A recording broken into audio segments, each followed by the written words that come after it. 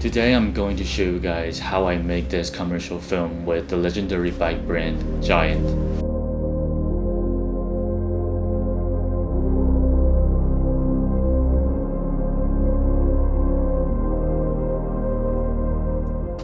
Hi, my name is Shen-Lin.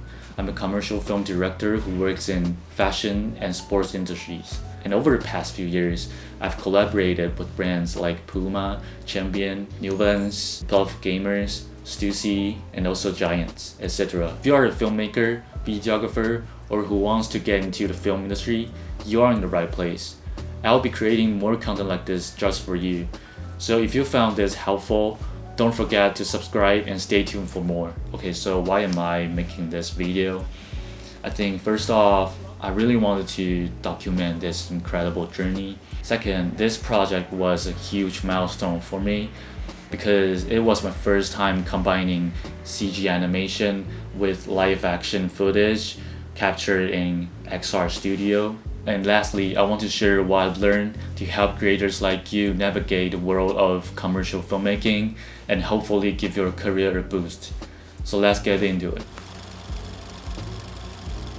In the pre-production phase, I think the first question a lot of people will ask me is how I got this job.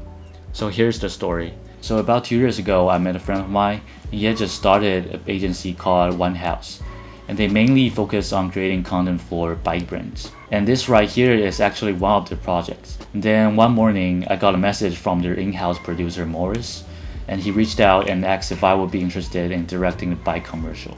And since I already worked with One House on 2 bike-related projects before, he felt like I was a pretty good fit. So yeah, that's how I got shortlisted as a director. And about a week later, they confirmed me as a director. So this experience really taught me one thing. Niching down is the way. When you focus on specific niche in commercial filmmaking, people know exactly what to come to you for. And that's how you get more jobs. Next, we're diving into the most important parts of the entire production process, the proposal.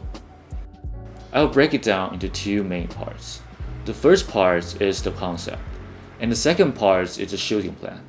So you can know exactly how to structure a professional proposal for your next project. And then it's the key message. But what is the key message? The key message is the single most important idea the brand wants the audience to remember after watching the campaign. It serves as a foundation for every creative decision, from the concept to the final edit. For this campaign, the key message is called Cosmo Paint. Choose your cosmos. Cosmos represents the vastness of the universe, while paint highlights the advanced paint technology. The campaign features 6 unique bike frames, each designed to reflect a different personality and allow riders to express their own identity. Every ride becomes a journey through a universe of your own. That is the core idea behind this campaign, Cosmo Paint.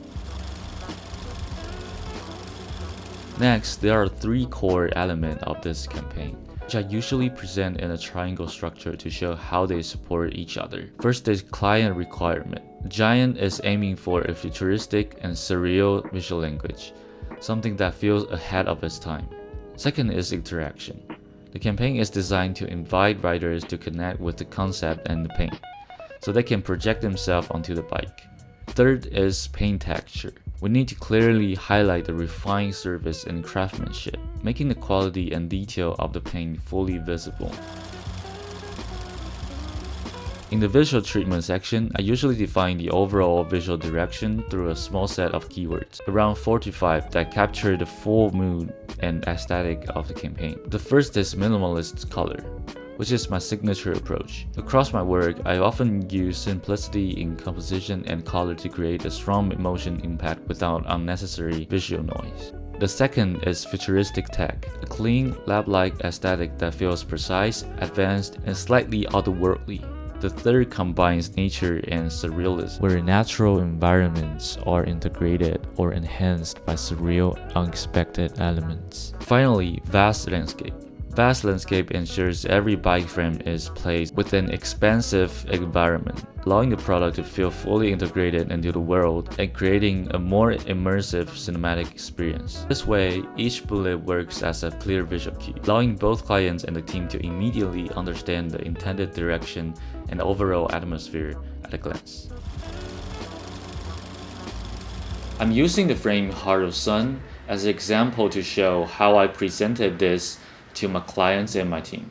First, for the visual treatment, Heart of Sun, I immediately feel the connection to thermal energy, the warmth of the sun, and even the margin landscape. I want to build a connection with the viewer, making them feel warm, human, but still with a futuristic surreal touch. After showing the video, I will share this concept with my team, especially Ray, the 3D artist. Ray quickly captured the vision in his first version.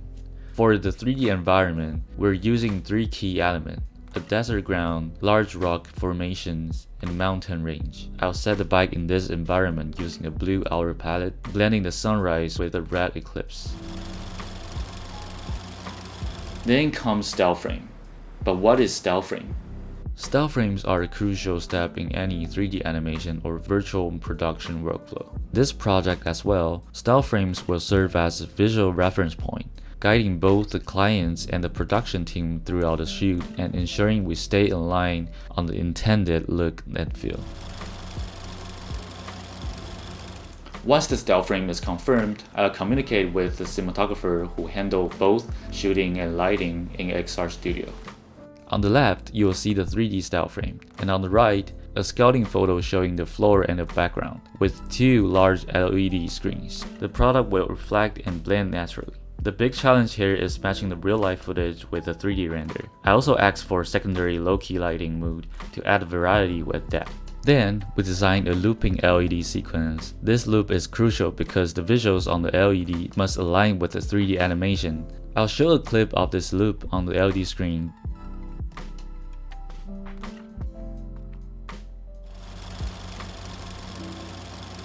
Finally, we get to the storyboard phase, which is crucial for my team. 3D artist Ray will base all the animation on this storyboard. I gave him timing cues. The first scene is about 1.5 seconds. Not exact, but a longer time gives us more safety in the editing. Lastly, we have the motion board. To achieve greater accuracy for the 3D animation, I created this motion board using reference footage from existing commercials and films. This is the common way to communicate the pacing, mood, and visual direction before production begins. As you can see, the motion board closely matches the final result, which helped both the clients and the production team align on the intended look and feel from the very beginning. Based on our cinematographer's experience, we chose Red V Raptor as our primary camera for the XR shoot. One of the biggest technical challenges when shooting the LED walls is more. We needed a camera that offered precise control over shutter angle and frame rate, allowing us to fine-tune the exposure timing to better synchronize with the LED panels. The Red V Raptor gave us that level of control, which helped us significantly reduce more and capture a clean, high-resolution image while preserving the subtle texture and reflection of the bike's paint finish. I designed a different camera movement tone for each bike, and one of my favorites is the Celestial Mist. Since this frame was targeting the Chinese market, I based the concept on the landscapes of Zhangjiajie. The idea was simple. I wanted to treat the bike like a mountain scene. So instead of dynamic moves, I asked the DOP to keep it very static, with slow pan lift, right, or slight tilt movement, just to gently reveal the details of the frame.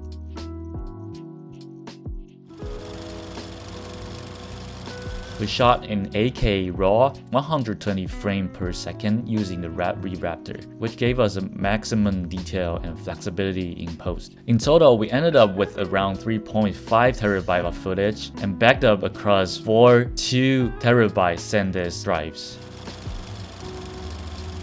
I think the most important or the thing I want to share is about the color space management. Because our team was working across both Blender and Cinema 4D, we had to make sure everything stayed consistent in terms of color. So we adopted an ASIS pipeline workflow, which is the safest and most reliable way to manage across different software. This allowed us to keep a consistent look from 3D rendering all the way through compositing and final grading. For sound design, I asked Ernie to handle one of the versions, riffed up Azure Abyss, to really shape the pacing in a very deliberate way. For the rest, I took care of it myself, sourcing the sound effects and score from artists, and just kept layering different elements until it finally felt right with the visuals. We didn't run into any major issue on set. I think the only challenge was that we got too many bikes to shoot, so we ended up going around 1 hour over schedule. Hopefully this gives you a bit of insight of how I think when I direct commercials. And before the film starts, I just want to say this wasn't done alone. I keep reminding myself how lucky I am to work with people like this. So many incredible people involved in this project, and I'm really grateful for that.